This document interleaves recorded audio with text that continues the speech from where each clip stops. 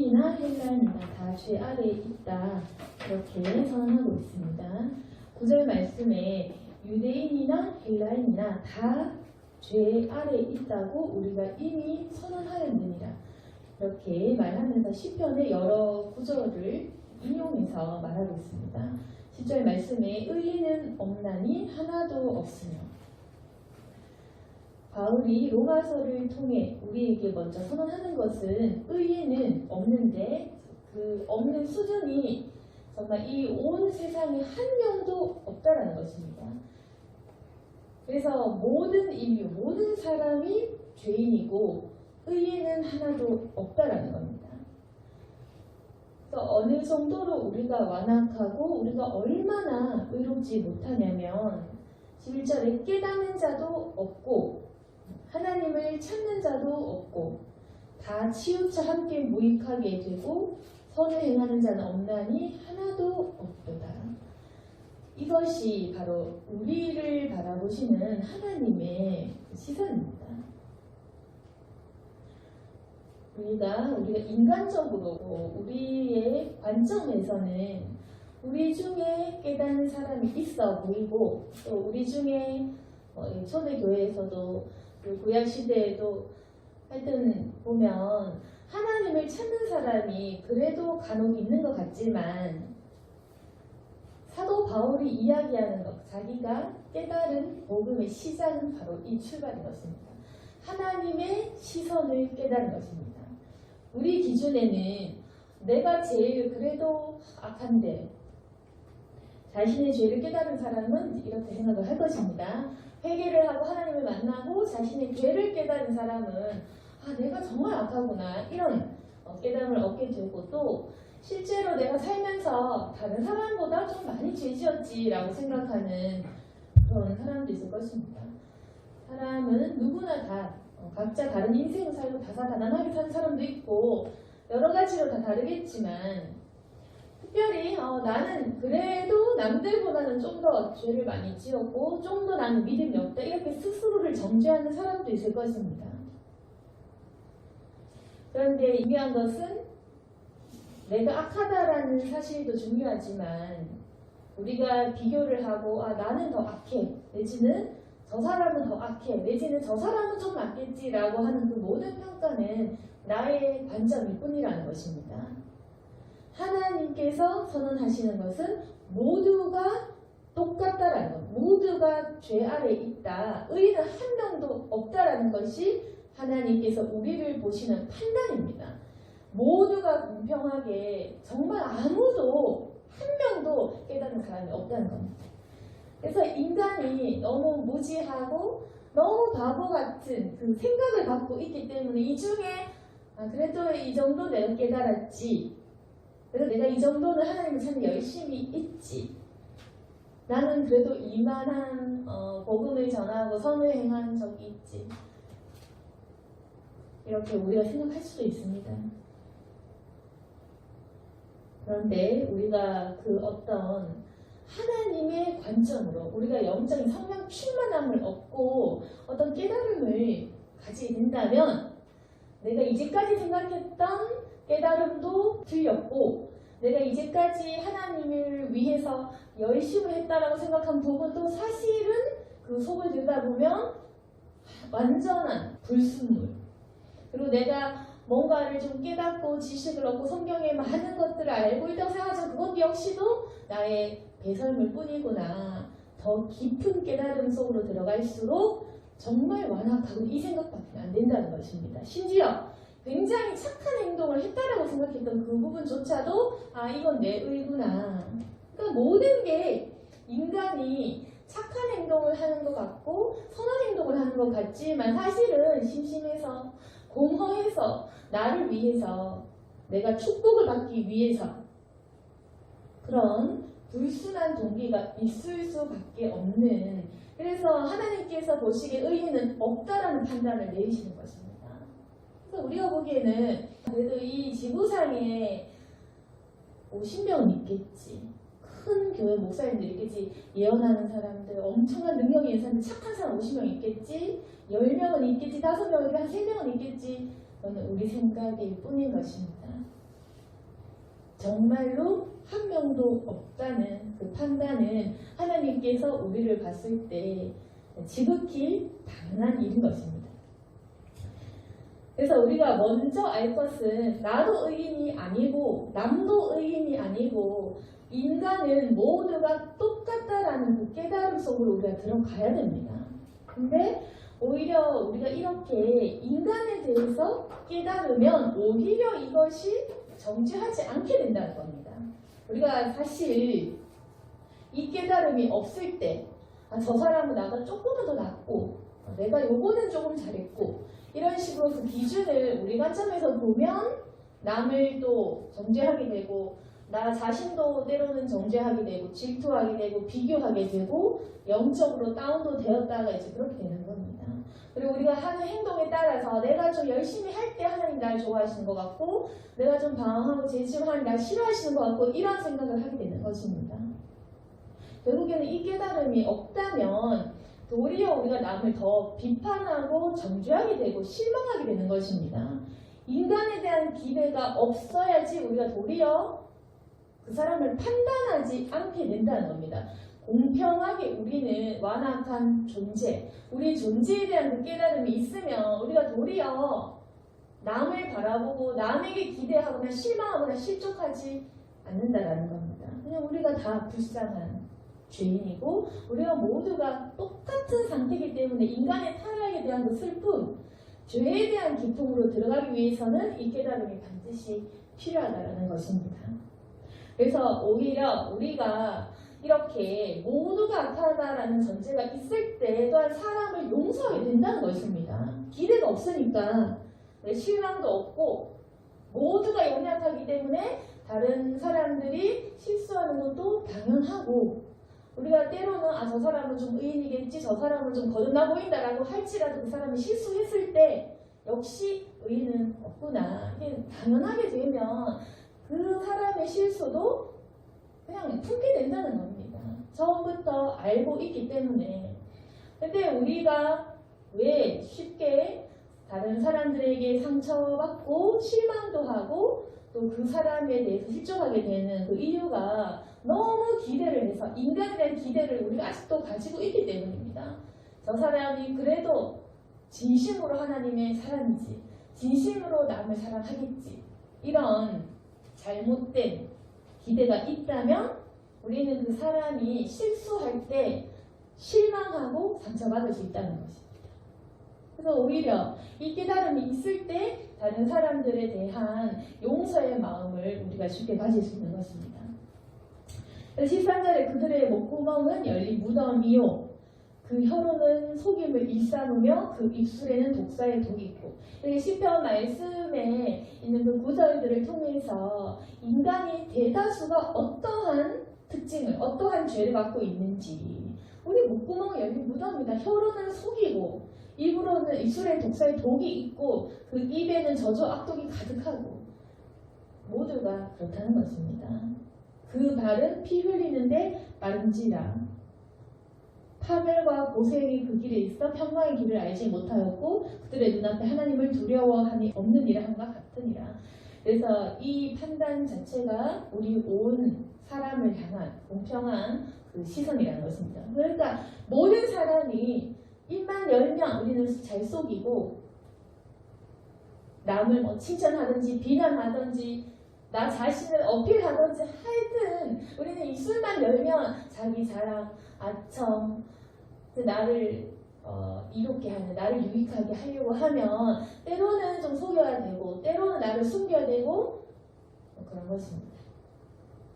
그래서 인간은 항상 자신을 위한 목적을 늘 가지고 있기 때문에 어떤 식으로든지 간에 속이는 마음이 있을 수밖에 없다. 착해 보여도 그 착한 사람도 실상은 자기를 속이는 거일 수도 있습니다.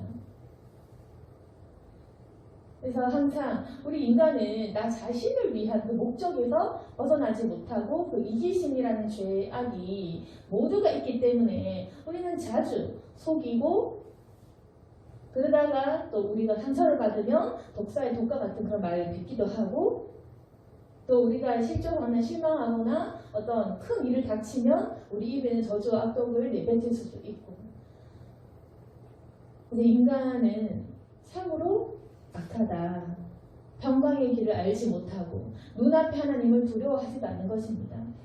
그래서 우리가 하나님을 사실 우리가 그 육신의 눈으로 보는 것이 아니니까, 안 보이시니까 우리는 두려워하는 것도 없고, 실제로 하나님은 존재하시고 매일매일 우리를 보시지만 우리는 그 바로 눈앞에 실존에 계신, 내 안에 계시는 그 하나님조차도 우리는 두려워하지 않고 우리 멋대로 죄를 짓는 것입니다. 그래서 로마서에서 말하는 복음의 메시지의 핵심은 우리 다 똑같은 죄인이다. 그러니까 너희가 감히 내가 좀 열심히 살았겠거니 하는 그 마음 가지지 말라는 것입니다. 복음이라는 것은 노력하는 것이 절대 아니다. 일단 너희가 복음을 깨닫고자 한다면 인간 모두가 죄인이라는 그 사실부터 먼저 깨달아야 된다는 것입니다. 모두가 의인이 없다. 그러므로 모두가 똑같은 판단을 받게 될 것이고 공평하게 우리는 지옥에 가야 된다는 것입니다. 그래서 만약에 우리가 하나님께서 우리에게 그러면은 율법을 주셨어요. 그 율법이 말하는 건 뭐냐? 율법이 말하는 것은 우리 모두가 이렇게 범죄하는 사람입니다라고 율법은 말하고 있다는 것입니다. 19절에 무릇 율법이 말하는 바는 율법 아래 있는 자들에게 말하는 것이니 이는 모든 입을 막고 온 세상으로 하나님의 심판 아래 있게 하려 함이라. 그러므로 율법의 행위로 그의 앞에 의롭다 하심 얻을 육체가 없나니 율법으로는 죄를 깨달음이니라. 그래서 율법론자에게 말하는 것은 너희 율법이 있지만 율법을 지키고자 하지만 율법 행했다고 해서 너희가 경건하다는 착각을 버리라는 것입니다. 너희 유대인과 헬라인 똑같다는 것입니다. 율법을 안다고 해서 그리고 많이 행했다고 해서 왜 바리새인이나 서기관들이나 왜 너희가 더 잘났다고 생각하느냐 너무 한심하고 답답한 겁니다. 왜 열심히 다닌다고 믿음 좋다고 왜 너희가 착각하고 착각을 하느냐.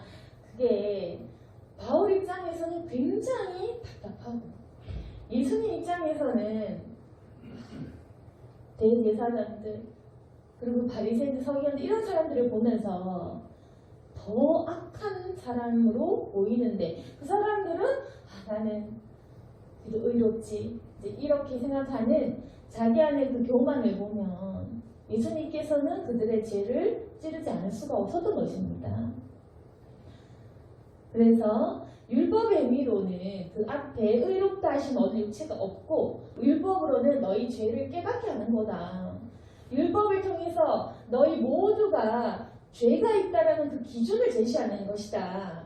너희 마음의 그런 악한 죄악들, 너희 행위로 인한 그런 죄악들 이런 것들을 깨닫게 하는 것이다. 하나님께서 분명히 우리에게 어떤 십계명을 주시고 율법을 주시면서 지켜라고 하시는데 그러면 지키라고 하시고 그것을 지켰는데도 그럼 우리에게는 아무런 공로가 없느냐. 왜 하나님께서는 그러면 지키지 않아도 될 법을 주신 것이나 그게 아니라는 것입니다. 하나님께서 우리에게 그런 주님의 법도를 알려주신 것은 일단은 우리의 죄를 깨닫게 하는 것 그리고 우리를 선한 길로 인도하시는 기준을 제시하시고 우리 모두가 악하다라는 그것을 깨닫게 하신 이후에 우리를 선하게 성화시키시고 또 우리를 거룩한 백성으로 만드는 것도 중요합니다. 그런데 여기서 말하는 그 복음은 아무리 너희가 율법을 10개, 100개, 수천 개 다 지켜낸다고 한들 그거는 의미가 없다. 그거는 구원받을 만한 의가 될 수는 없다. 너희가 노력을 해서 열심히 성화되어서 하나님과 교제를 하고 그렇게 할 수는 있겠지만 절대로 너희가 율법을 지키고 믿음 생활 잘한다고 해서 그걸로 구원을 얻을 수는 없다. 너희의 모든 의는 가짜다. 너희는 너희 자신의 의가 아닌 하나님의 의로서만 구원을 얻을 것이다. 바울이 이야기하고자 하는 것은 모든 것이 하나님의 은혜로 되어진다는 사실입니다. 모든 것이 하나님의 은혜고 모든 것이 하나님의 의로 말미암은 것이다. 그러니까 내 의가 아니라는 것입니다. 그래서 하나님의 의를 가지고 우리가 천국에 가는 것이지 내 의를 가지고 천국에 가는 것이 아니기 때문에 이건 굉장히 공평하다. 그래서 아주 공평한 것은 뭐냐면 모두가 태어난 환경도 다르고 우리가 타고난 유전자도 다르고 우리는 뭔가 불공평한 속에서 살고 있는 것 같지만 하나님의 그 구원의 관점에서는 굉장히 공평하게 모두가 똑같은 죄를 짓고 그 죄에 대한 결과로 지옥이라는 건 똑같은 그 결과를 얻은 것입니다. 그런데 공평하게 예수님을 믿는 그 믿음으로 말미암아 차별 없이 하나님의 의로 천국 가는 것. 이게 굉장히 공평한 사랑인 것입니다. 그래서 22절에 곧 예수 그리스도를 믿음으로 말미암아 모든 믿는 자에게 미친 하나님의 의인이 차별이 없느니라. 그래서 이게 차별이 없는 이유가 뭐냐면 어떤 사람은 또 좀 노력을 할 것이고 어떤 사람은 또 환경 때문에 덜 할 수 있을 것이고 하여튼 모두가 환경이 다르고 이제 살아온 그 모든 그것이 다를 것인데 예수님을 말미암아서 예수님 때문에 산다 이거는 차별이 없고 하나님께서는 그저 예수님을 믿기만 믿으면 천국에 가는 것으로 그렇게 하신 것입니다. 그래서 모든 사람이 죄를 범하기 때문에 하나님의 영광에까지 천국 갈 수 있는 그런 능력은 아무도 없다. 그래서 주님께서는 결국 예수님의 피로서 자신의 의로우심을 나타내려고 하신 것입니다. 그래서 25절에도 예수님을 하나님이 그의 피로서 믿음으로 말미암은 한국 제물로 세우셨다. 그 말씀이 나옵니다. 하나님께서는 자신의 의로움을 예수님의 그 십자가에 흘린 피로써 자신의 의로우심을 나타내셨습니다. 그러니까 지금 중요한 것은 우리는 안 그러려고 노력을 해도 이 믿음을 자꾸 잊어버린다는 사실입니다. 우리가 그 머릿속으로는 그래 내 노력이나 내 행위가 아니라 하나님께서 구원을 해주시지라는 그 머릿속에 생각은 있겠지만 우리가 사람이기 때문에 이러한 진리를 자꾸 잊어버리고 내가 죄를 좀 많이 지어서 나 천국 못 가는 거 아닌가 이런 두려움이 있을 때 우리가 자꾸만 사람은 자기 행실로 자신의 의로움을 묵상하는 경향이 있다. 우리가 하나님의 의로우심을 묵상을 못한다는 것입니다. 왜? 성령 충만하지 못하기 때문에 영적이지 못하고 육적이기 때문에 우리 육신의 죄를 계속 들여다본다는 것입니다. 그러니까 우리는 하나님의 의로우심을 나타내는 것에 내 목적이 있어야 된다는 겁니다. 만약에 우리가 죄 정말 심하게 안 지려고 노력하고 거기 성공해서 안 짓고 항상 칭찬받고 이렇게 한다면 하나님은 어떻게 보시면 칭찬하시느냐? 아니라는 겁니다. 계속 칭찬받는 사람, 계속 죄 안 지려고 하는 사람, 그런 사람이 하나님께서는 교만함이 최악인 것입니다. 그 사람은. 그렇게 노력하는 사람 하나님 별로 안 좋아하신다. 이 개념이 어렵겠죠. 우리는 노력하고 의롭고 하여튼 저 사람 대단하다. 기도 정말 많은 죄진상 하나도 없네. 우리는 대단하다 하지만 하나님은 정말 대단한 교만을 가졌구나. 이렇게 본다는 것입니다. 우리는 잘 모르는 그 교만의 죄. 교만한 사람일수록 자신의 의로움을 계속 쌓으려고 노력합니다.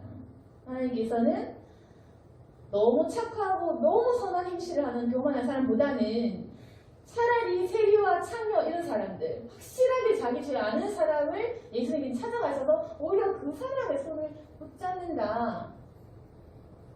사람들이 뭐 이렇게 불륜 저지러 돌 던지고 해도 예수님께서는 그런 거는 쉽게 용서한다는 겁니다. 오히려 예수님께서 지적하신 정죄하신 그 사람들은 사람들이 보기에 믿음이 좋은 사람들이었던 것입니다.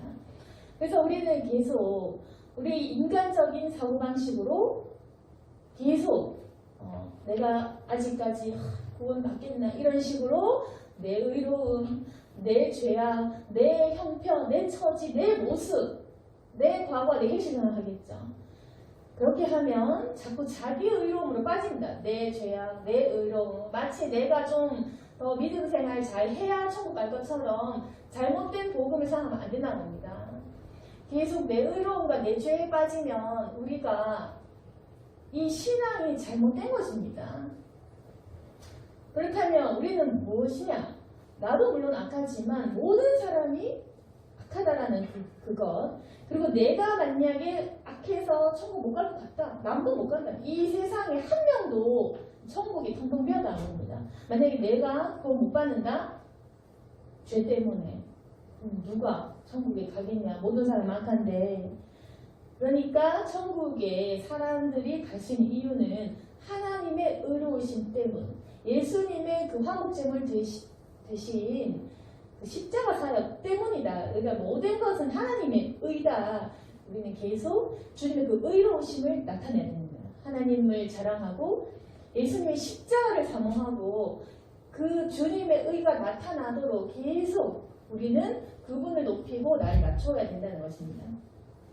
그래서 결국 이 깨달음이 온다면 하나님께서는 내 죄악과는 관련 없이 지금 내가 믿기 때문에 나는 천국 가는구나. 내가 불교 가면 천국 못 가고, 내가 하나님 안 믿고 예수님 안 믿으면 못 가지만 공평하게 예수님을 믿으면 그 믿음으로 말미암아 천국 가니까 나는 너무 악하지만 내가 예수 믿는 이유로 가는구나. 난 정말로 복받은 사람이구나. 내 모든 죄악을 예수님께서 이기셨구나.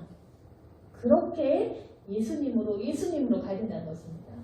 그래서 우리가 죄악을 묵상할수록 오히려 자기가 죄를 지으면 더 복음의 능력이 커짐을 느끼는 거예요. 그렇다고 해서 물론 죄를 더 지을 수는 없지만, 제가 좋은 건 아니지만 이 깨달음이 있으면 죄를 이길 수 있다라는 말입니다. 그래 물론 죄 안 짓고 성화되고 거룩한 사람이 되면 능력이 나타나니까 더 좋겠지만, 혹시나 내가 방황하고 죄를 짓더라도 그래도 그 사람조차도 복음을 누릴 수 있는 이유, 내가 죄를 짓지만 그 죄를 이기신 예수님을 묵상할수록 감사가 넘치는 겁니다. 그래서 앞으로는 우리가 넘어지고 죄 지을 때마다 하나님께서 이 모든 것을 사하셨구나. 내가 이렇게 연약하고 또 이렇게 쓰러지는데도 내가 참 예수님의 그 의로서 내가 그분을 믿음으로써 천국에 가는구나. 예수님의 그 십자가는 참 대단하다. 그분의 죽음을 묵상하면서 계속 날마다 감사함을 가져야 됩니다. 오늘 말씀 정리하겠습니다. 우리가 이것을 깨닫지 않으면 계속해서 나 자신을 향한 정죄감에 휩싸이게 되고 죄에 대한 그 승리의 확신을 얻을 수가 없습니다. 그리고 때로는 내가 잘 행동할 때는 내 의로움에 취할 수도 있습니다. 이제 우리가 이러한 깨달음을 얻는다면 내가 잘할 때도 낮아질 수가 있고, 남이 못할 때도 그 사람을 정죄하지 않을 수가 있고, 모든 것을 하나님의 공로로 우리가 생각할 수가 있다는 것입니다. 심지어 내가 죄를 지을 때도 하나님께서 이걸 용서하셨다는 그 기쁨 때문에 낮아지고 감사하고 그럴 수 있다는 것입니다. 내가 죄 지을 때 이제는 더 넘어지고 슬퍼하기보다는 이것을 이기신 분이 바로 예수님이시구나. 죄에 대한 승리의 확신을 예수님으로 말미암아 우리가 가져야 되고, 이제는 우리 안에 의로움이 하나도 없다라는 그 사실을 우리가 믿어야 될 것입니다. 하나님께서 그 기준을 주시고 우리를 거룩히 하시려고 율법과 여러 가지 우리에게 그러한 규례와 말씀들을 주시지만, 이걸 지키는 것으로는 구원받을 만한 의가 전혀 되지 않는다라는 그 사실을 기억하시고, 이제 더욱더 주님 앞에서 겸손하고 순종하면서 주의 복음으로 말미암아 천국 가는 확신을 가지시는 저와 여러분이 되기를 소망합니다. 아멘. 기도하겠습니다. 거룩하신 하나님 아버지, 주님의 의로우신가 그 십자가 때문에 우리가 천국에 가게 되었습니다. 하나님, 이러한 복음을 믿게 해주셔서 너무나 감사드립니다. 우리가 의로운 것이 아니라 주님 의로우시고, 우리는 죄를 짓지만 주님 때문에 살게 되었습니다. 주님 너무나 감사드립니다. 이제는 우리가 이 약한 죄를 이기고 주님만을 자랑할 수 있도록 도와주시옵소서. 우리 영시 불구하지만 하나님의 의로 말미암아 천국 가게 되었습니다. 오직 감사할 수 있도록 도와주시옵소서. 오직 주님을 믿는 믿음으로 말미암아 살아가게 하여 주옵소서. 공평하신 하나님의 은혜를 기억하고 이 사실을 가지고 확신 갖게 도와주시옵소서. 천국 가는 그날 주께 감사하며 주를 보일 때까지 우리가 믿음의 연단을 잘 거치고 또 이 어렵고 험난한 시기들을 잘 극복하고 이겨낼 수 있도록 도와주시옵소서. 예수님 이름으로 기도드렸습니다.